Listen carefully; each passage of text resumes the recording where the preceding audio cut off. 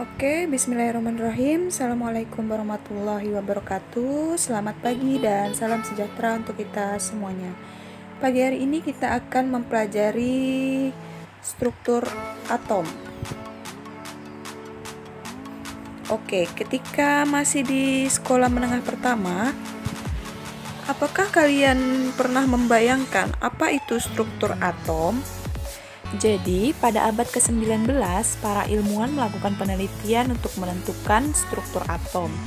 Nah, struktur atom ini menggambarkan bagaimana partikel-partikel dasar tersusun di dalam atom. Tahukah kalian bagaimana partikel-partikel dasar itu tersusun di dalam atom?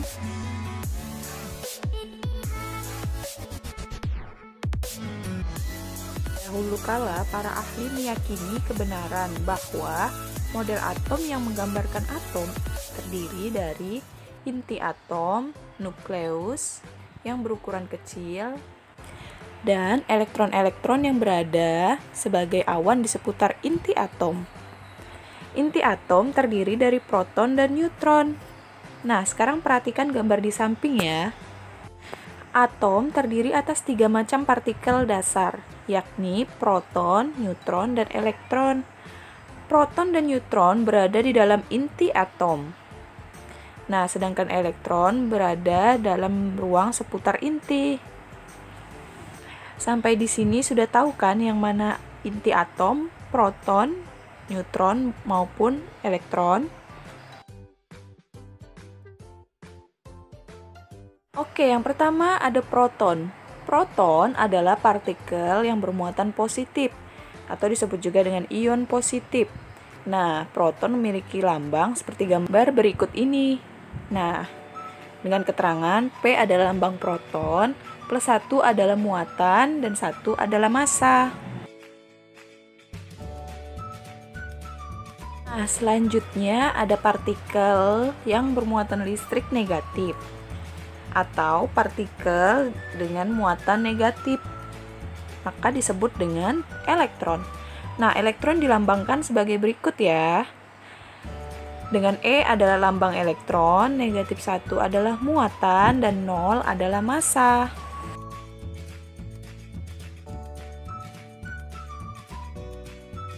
Ya, ada neutron. Nah, neutron ini merupakan partikel yang bersifat netral. Neutron tergolong partikel dasar yang semua atom mengandung partikel tersebut, kecuali atom hidrogen. Nah, neutron dilambangkan sebagai berikut. Dengan N sama dengan lambang neutron, 0 sama dengan muatan, dan 1 adalah massa. Selanjutnya, di dalam suatu atom itu terdapat nomor atom, nomor massa, dan isotop. Nah, kali ini kita akan bahas simbol dari atom tersebut ya. Oke, simbol atom adalah X, dengan A adalah nomor massa, Z adalah nomor atom. Nah, ketika kita ingin mencari nilai proton dan nilai elektron, maka nilai dari proton dan elektron itu sama dengan nomor atom atau yang dilambangkan dengan Z. Selanjutnya, apabila kalian ingin mencari nomor massa, maka jumlah proton ditambah dengan neutron. Atau bisa juga nomor atom ditambah dengan neutron. Nah, untuk mencari nilai neutronnya, maka bisa dicari dengan mengurangi nomor massa dikurang dengan nomor atom. Perhatikan contoh, terdapat atom aluminium dengan nomor massanya adalah 27 dan nomor atomnya adalah 13. Nah, jika sudah diketahui nomor massa dan nomor atomnya, maka kita bisa mengetahui nilai proton, elektron, dan neutronnya. Caranya dengan memasukkan rumus yang sudah kita pelajari tadi ya. Sampai di sini sudah paham? Selanjutnya ada isotop, isobar, dan isoton. Yang mana isotop adalah atom dengan nomor atom sama tetapi massanya berbeda. Nah, perhatikan contohnya ya. Kemudian ada isobar. Nah, kalau isobar ini atom dengan nomor atom berbeda tapi nomor masanya sama. Nah, perhatikan juga contohnya ya. Lalu selanjutnya ada isoton. Nah, isoton ini adalah atom dengan jumlah neutron yang sama. Nah, perhatikan contohnya. Nah, untuk mencari neutron, kita hanya perlu mengurangi nomor massa dan nomor atom, maka diperolehlah jumlah neutron. Pada contoh tersebut, jumlah neutronnya sama-sama berjumlah 20. Selanjutnya ada perkembangan model atom. Nah, perkembangan model atom ini didahului dengan penelitian dari model atom Dalton yang memiliki bentuk seperti pada gambar. Selanjutnya, penelitian dilanjutkan oleh model atom Thomson. Nah, hasilnya bisa kalian lihat juga ya, seperti pada gambar. Nah, lalu penelitian dilakukan lagi oleh Rutherford. Hasil atomnya beda lagi. Begitu juga dengan model atom Niels Bohr dan model atom kuantum. Nah, kalian perhatikan ya perbedaan dari masing-masing percobaan yang dilakukan oleh para ahli.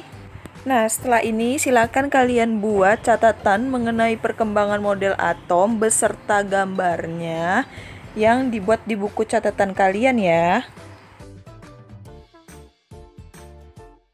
Selanjutnya ada elektron dalam atom. Yang pertama akan kita bahas yakni kulit atom. Nah, penyebaran elektron atau jumlah elektron maksimal pada semua kulit suatu atom secara sistematis dirumuskan dengan rumus sebagai berikut. Dengan N sama dengan nomor kulit elektron. Nah, perhatikan tabel. Untuk kulit K, yakni kulit yang paling dalam yang dekat dengan inti, itu memiliki nomor kulit sebesar 1. Nah, untuk mengetahui jumlah elektron maksimumnya, bisa kita masukkan ke rumus 2 dikali N kuadrat. Maka apabila N-nya kita masukkan 2 dikali 1 kuadrat, maka jumlah elektron maksimumnya adalah 2. Begitu seterusnya untuk jumlah kulit lainnya. Berikutnya ada konfigurasi elektron. Konfigurasi elektron merupakan pengisian atau penyebaran elektron pada kulit atom. Nah, untuk pengisian elektron pada kulit atom itu mempunyai beberapa aturan tertentu. Yang pertama, jumlah elektron maksimal elektron pada suatu kulit itu memenuhi dengan persamaan 2N kuadrat. Lalu, jumlah elektron maksimal pada kulit terluar adalah 8. Selanjutnya, pada keadaan normal, pengisian elektron dimulai dari kulit bagian dalam atau kulit K. Untuk nomor atom unsur dengan nomor atom 1 sampai dengan 18, kulit bagian luar diisi setelah kulit bagian dalam terpenuhi. Nah, perhatikan contoh di bawah ya. Nah, terdapat atom C dan atom Na. Atom C memiliki muatan dengan jumlah elektronnya itu adalah 6. Nah, berarti konfigurasi elektronnya berdasarkan jumlah kulitnya berarti ada K dan L. K diisi oleh 2. Dan untuk mengisi kulit L, maka karena jumlah elektronnya 6, agar menjadi 6, maka kulit L harus berjumlah 4. Nah, begitu pula dengan atom Na. Atom Na memiliki jumlah elektron 11, maka konfigurasi elektronnya untuk kulit atom K, dia memiliki nilai 2, L 8. Nah, untuk menjadi 11, maka jumlah kulit atom M-nya itu sama dengan 1. Sampai di sini sudah bisa dipahami ya. Nah, selanjutnya adalah elektron valensi. Elektron valensi ini menunjukkan jumlah elektron pada kulit terluar dan dengan jumlah maksimal elektron valensi adalah 8. Nah, perhatikan contoh.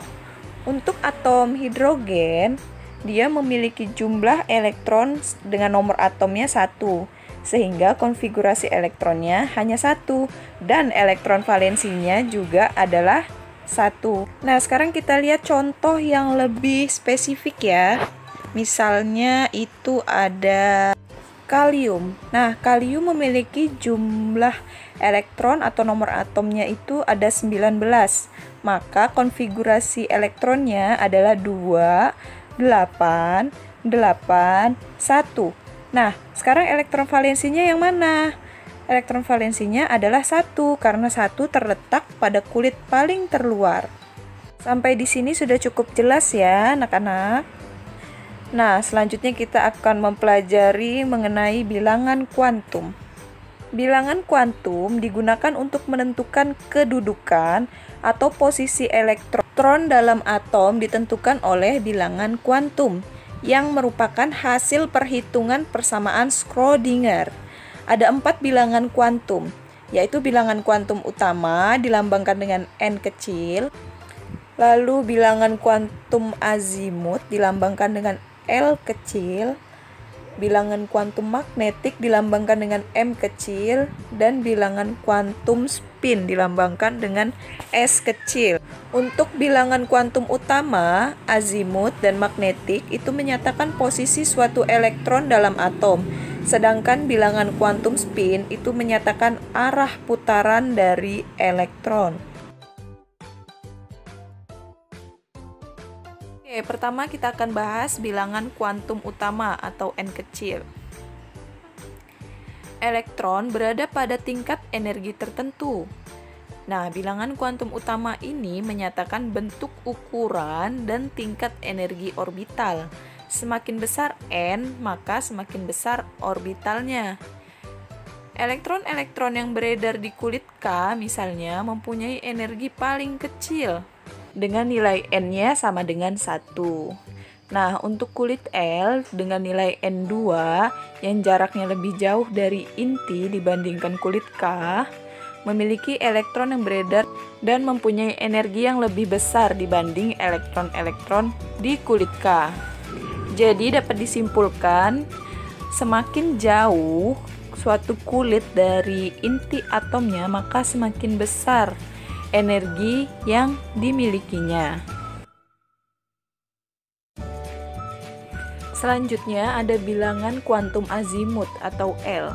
Itu terdiri dari orbital dengan energi yang berbeda. Nah, bilangan kuantum azimut ini menyatakan bentuk orbital 1 atau lebih orbital dengan nilai N dan L sama. Itu disebut dengan subkulit. Orbital dinyatakan dalam lambang S untuk L sama dengan 0, dan P untuk L sama dengan 1, D untuk L sama dengan 2, dan F untuk L sama dengan 3.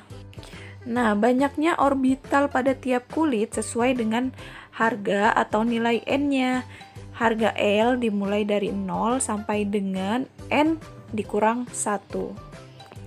Untuk kulit pertama atau K itu memiliki orbital S dengan bilangan kuantum azimutnya itu 0. Nah, untuk kulit kedua atau L memiliki orbital S dan P, sehingga dia memiliki kuantum azimut 0,1. Begitu seterusnya hingga kulit kesekian. Lalu perhatikan tabel di bawahnya. Itu ada jenis subkulit, jumlah orbital, dan elektron maksimum.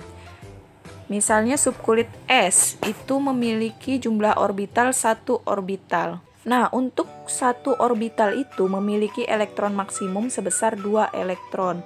Maka untuk subkulit P dengan 3 orbital, elektron maksimumnya 6 elektron. Subkulit D dengan jumlah orbital 5, maka elektron maksimumnya 10 elektron. Sampai di sini cukup jelas ya. Selanjutnya ada bilangan kuantum magnetik. Daerah atau ruang tempat elektron dapat ditemukan itu disebut orbital.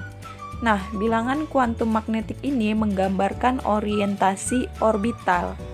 Nilai bilangan kuantum magnetik bergantung pada harga bilangan kuantum azimut, yaitu negatif L sampai dengan plus L. Orbital biasanya digambarkan dalam kotak segi 4 seperti pada contoh di bawah. Untuk orbital S itu kotaknya ada 1 ya, dengan nilai kuantum magnetiknya sama dengan 0. Untuk orbital P itu kotaknya ada 3 dengan bilangan kuantum magnetiknya kita isi dari tengah terlebih dahulu. Yang tengah itu 0, yang sebelah kanannya itu positif 1, dan yang sebelah kirinya itu negatif 1. Nah, lanjut ke orbital D, itu jumlah kotaknya ada 5. Dengan bilangan kuantum magnetiknya kita isi terlebih dahulu yang tengah. Yang tengah itu sudah pasti dan selalu 0. Nah, dilanjutkan dengan yang sisi sebelah kanan habis 0, yakni positif 1 dan positif 2. Nah, yang di sebelah kiri itu sudah pasti negatif 1 diikuti dengan negatif 2. Nah, sama halnya dengan orbital F dengan jumlah orbitalnya 7. Nilai M-nya seperti itu juga ya, cara menentukannya dimulai dari tengah. Kita isi dulu yang tengah itu adalah 0, baru kita isi sisi kanannya, dan setelah itu kita isi sisi kirinya. Oke, pada tabel di bawah ini terlihat jelas ya untuk bilangan kuantum utamanya, N-nya itu sama dengan 1, itu berada di kulit K, dengan bilangan azimutnya 0, subkulit S, maka bilangan magnetiknya adalah 0. Nah, untuk bilangan kuantum utama 2 yang berada pada kulit L, dengan bilangan azimut 0, maka subkulitnya S dan bilangan kuantum magnetiknya tetap sama, yakni 0. Nah, untuk bilangan kuantum utama 3 itu berada di kulit M, itu memiliki bilangan kuantum azimutnya 0, 1, 2. Sehingga subkulit 0-nya berada di S, subkulit 1 itu berada di P, dan subkulit 2 itu berada di D. Untuk bilangan kuantum magnetiknya, kalian bisa isi sesuai dengan jumlah subkulitnya. Nah, perhatikan kembali ya dari contoh sebelumnya. Silakan dipahami untuk contoh bilangan kuantum utama yang berikutnya. Oke, yang terakhir ini ada bilangan kuantum spin atau dengan lambang S kecil. Nah, bilangan kuantum spin ini menyatakan ke arah mana elektron akan berputar. Jika arah putaran elektron itu berlawanan arah jarum jam, maka elektron akan berlaku sebagai kutub magnet yang berlawanan, jadi akan tarik-menarik. Nah, akan tetapi jika putarannya searah jarum jam, maka elektron akan tolak-menolak, sehingga satu orbital maksimal hanya bisa berisi 2 elektron yang masing-masing mempunyai harga plus setengah untuk searah jarum jam dan negatif setengah untuk berlawanan jarum jam. Nah, untuk elektron dengan harga S sama dengan plus setengah digambarkan dengan tanda panah ke atas. Perhatikan gambar di bawah ya. Dan untuk S sama dengan negatif setengah itu digambarkan dengan tanda panah ke bawah. Jika terisi penuh, elektron dapat digambarkan dengan panah ke atas dan ke bawah. Karena satu orbital itu maksimal berisi 2 elektron, maka untuk orbital S maksimal berisi 2 elektron. Lalu untuk orbital P maksimal berisi 6 elektron. Nah, untuk orbital D maksimal berisi 10 elektron. Nah, orbital F maksimal berisi 14 elektron. Oke, sampai di sini sudah cukup jelas dan silakan kalian pahami lagi. Kurang lebihnya saya mohon maaf. Wabillahi taufiq walhidayah. Wassalamualaikum warahmatullahi wabarakatuh. Selamat pagi.